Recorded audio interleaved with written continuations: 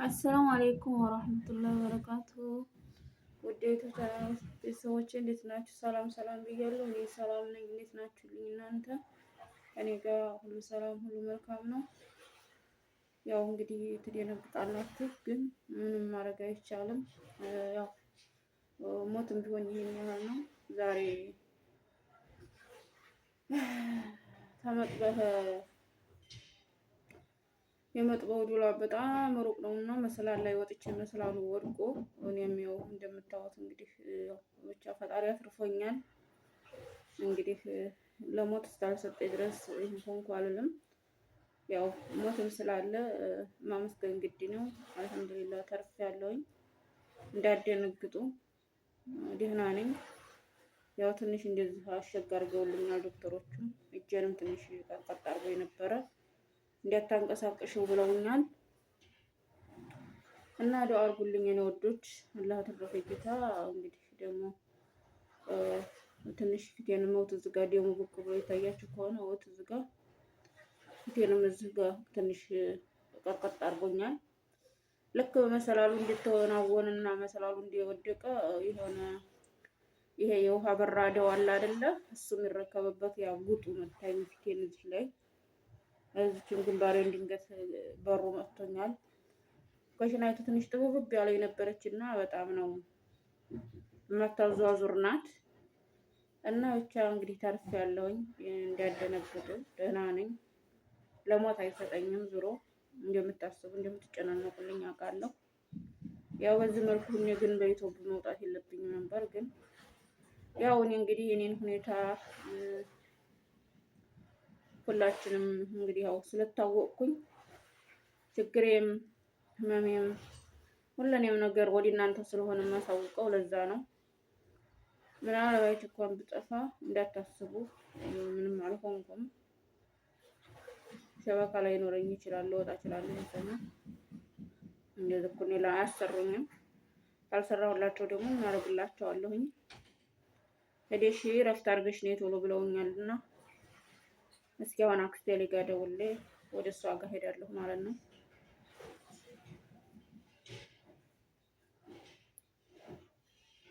እና ተሸበካ ልወጣ እችላለሁ። ዱአ አድርጉልኝ፣ አላህ ሽሪሽ በሉኝ። ሲቀጥል እስኪ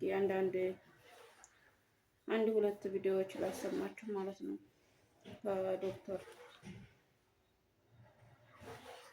እና ተርፌያለሁ። ዙሩ ዱአ አድርጉልኝ። እና ሁለት ቀን ወደ ቤት ሂጅ እረፍት ላደርግ ነው። ተሸበካ መውጣት አይቀርም። እስኪ ዛሬ የደም መርጋት ስለ ደም መርጋት ላሰማችሁ ትንሽ። አቅነዘነዘኝ፣ እንደው አቅነዘነዘኝ፣ አኳችሁ አቅነዘነዘኝ። ሰዎቹ የሉም ነበርና ሰዎቹ እንደሌሉ እስቲ ልረታት ባንዱት አንዱ ብዬ የምፈልገውን ወደ ታች የማልፈልገውን ወደ ላይ ከፍ አድርጌ እረትባለሁ ብዬ ጭራሽ እጄን ተሰብሬ ያረፍኩኝ። እስቲ እንግዲህ ስብራት ሳይሆን ቅጥቃጤ ነው ብለዋል። ተተሻለኝ እንደዚህ በዚህ መልኩ አስረውልኛል። እስኪ አንድ ሁለት ቪዲዮ ላሰማችሁ። ሞትም ቢሆን ይሄን ያህል ነው። ወንድሜ እንኳን ሸበካ አላገባም። የለም ወንድሜ እንኳን ረሲዲ ራሱ የለኝም እንዳልደውልለት። ሁሉ እሱ ነው ድንገት ቪዲዮን ሲያይ የሚደነግጠው።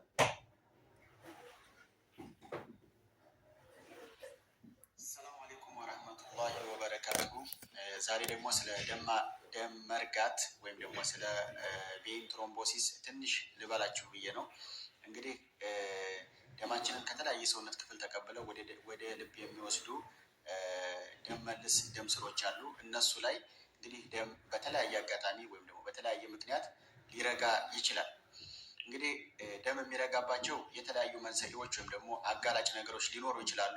ከነዚህ አጋላጭ ምክንያቶች ውስጥ የተወሰኑትን ልንገራችሁ። አንደኛ ለረጅም ሰዓት በተመሳሳይ ሁኔታ መቆም ወይም መቀመጥ ወይም ደግሞ የአልጋ ቁራኛ መሆን ለዚህ ለደም መርጋት ከሚያጋልጡን ምክንያቶች ውስጥ አንዱ ነው። በተመሳሳይ ሁኔታ በተለይ እግራችንን ክሮስ አድርገን ለረጅም ሰዓት ያለ የምንቀመጥ ከሆነ ወይም ደግሞ ለረጅም ሰዓት ያለ የምንቆም ከሆነ ወይም አንድ የአልጋ ቁራኛ ከሆነ ለደም መርጋት ይጋለጣል ማለት ነው። ሁለተኛ በቤተሰብ ውስጥ ይሄ የደም መርጋት በሽታ ከነበረ በዘር የመተላለፍ እድል አለው ማለት ነው። ከመጠን በላይ የወፈሩ ሰዎች ለዚሁ ለደም መርጋት በሽታ ይጋለጣሉ። በእርግዝና ወቅትም ይከሰታል። ከወለዱም በኋላ እንግዲህ እናቶች እስከ 6 ወር ባለው ጊዜ ውስጥ ለዚህ ለደም መርጋት በሽታ ሊጋለጡ ይችላሉ። ሲጋራ ማጨስ እንግዲህ አንደኛው ሲጋራ ማጨስ ነው። ሲጋራ የሚያጨሱ ሰዎች ለደም መርጋት በሽታ ይጋለጣሉ። ሌላኛው እድሜ ነው። እንግዲህ በአብዛኛው እድሜያቸው ከ60 ዓመት በላይ ያሉ ሰዎች ለደም መርጋት ህመም የመጋለጥ እድላቸው ከፍተኛ ነው። ሌላኛው ቫሪኮስ ቬይን ያለባቸው ሰዎች ለደም መርጋት የመጋለጥ እድል አላቸው። እንግዲህ ባለፈው ስለ ቫሪኮስ ቬይን ስናወራ መቼ ሐኪም ቤት መሄድ አለባቸው የሚለው ላይ የቆዳ ቀለም የሚቀየር ከሆነ ብለናል አይደለ? ያ ማለት ይሄ የደም መርጋት በሽታ ከተከሰተ እንደማለት ነው። ወይም ደግሞ ይሄ ወደ ቫሪኮስ ቬይኑ ወደ ደም መርጋት ከተቀየረ እንደማለት ነው።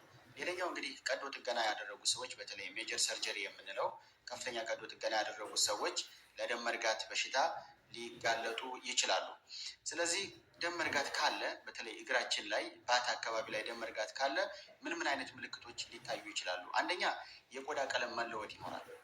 መጀመሪያ አካባቢ ላይ እጅግ በጣም ሊቀላ ይችላል፣ ወይም ደግሞ ሊጠቁር ይችላል። ስለዚህ ባት አካባቢ ላይ ቆዳ ከተቀየረ ከጠቆረ ወይም ደግሞ በጣም ከቀላ የደም መርጋት ምልክት ሊሆን ይችላል ማለት ነው። ሌላኛው የእግር ህመም መኖር ነው። የተጠቃው እግር እጅግ በጣም ከፍተኛ የሆነ ህመም ይኖረዋል። ዝም ብሎ ህመም ሊኖረው ይችላል፣ ወይም ደግሞ ሲነካ ህመም ሊኖረው ይችላል። በተለይ ሐኪም ጋር ሂዳችሁ ሐኪሞቻችሁ ሲመረምሩ ሲነኩት ህመም ሊያገኙ ይችላሉ ማለት ነው። ሌላኛው የተጠቃው እግር ሲነካ በጣም ይሞቃል። ከሌላው እግር በበለጠ ሙቀት ነገር ሊሰማ ይችላል ማለት ነው። እንግዲህ እነዚህ ምልክቶች ካሉ የደም ስር መወጠርም ሊኖር ይችላል። ልክ እንደ ቫሪኮስ ቬይን የተወጣጠሩ የደም ስሮችም ልንመለከት እንችላለን። እነዚህ ምልክቶች ካየን የቆዳ ቀለም መቀየር ካለ፣ ባት አካባቢ ላይ መጥቆር ወይም መቅላት ሊሆን ይችላል። የእግር ህመም ካለ፣ እግራችንን ስንነካ የሚሞቅ ከሆነ፣ እንደዚሁ ደግሞ የተወጣጠሩ የደም ስሮች ካሉ ቀጥታ ወደ ሐኪም ቤት መሄድ ይኖርብናል ማለት ነው። ለዚህ ሐኪም ቤት ከሄድን በኋላ ሐኪሞች የደም መርጋት ከተጠራጠሩ ምርመራዎችን ያደርጋሉ። በተለይ 2 ዋና ዋና ምርመራዎች አሉ። አንደኛው የደም ምርመራ ነው። እንግዲህ ደማችን ለመርጋት ወይም ደግሞ ለማለት ምን ያህል ሰዓት ይፈጅበታል፣ ምን ያህል ሰከንድ ይፈጅበታል የሚለውን ምርመራ ሊሰሩ ይችላሉ። ወይም ደግሞ ዶፕለር አልትራሳውንድ ሊሰሩ ይችላሉ። እግር ላይ የሚነሳ አልትራሳውንድ ነው። እነሱን ምርመራ ካደረጉ በኋላ የደም ማቅጠኛ መድኃኒት ይሰጣሉ። እንግዲህ እዚህ ጋር ላይ ጥንቃቄ ያስፈልጋል። በትክክል መድኃኒቱን ሐኪም ባዘዘው መልኩ መወሰድ ይኖርበታል።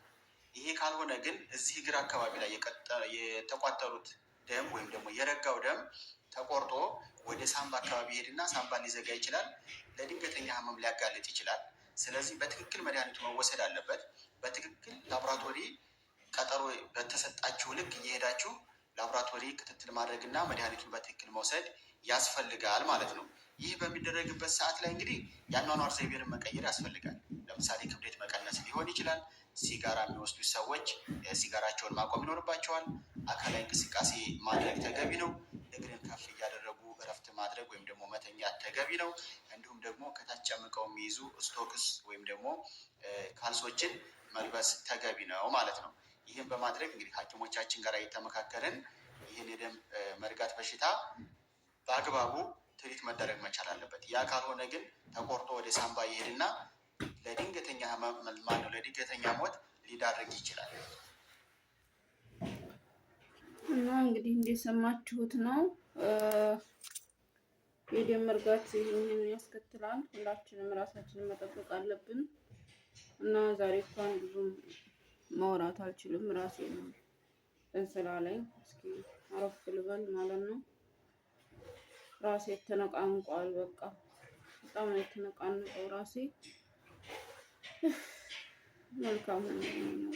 ሰላማችሁ በስተትረፍርፍ ይበል። ዋናው ሰላም ነው። አላህ ሰላም ይስጠን።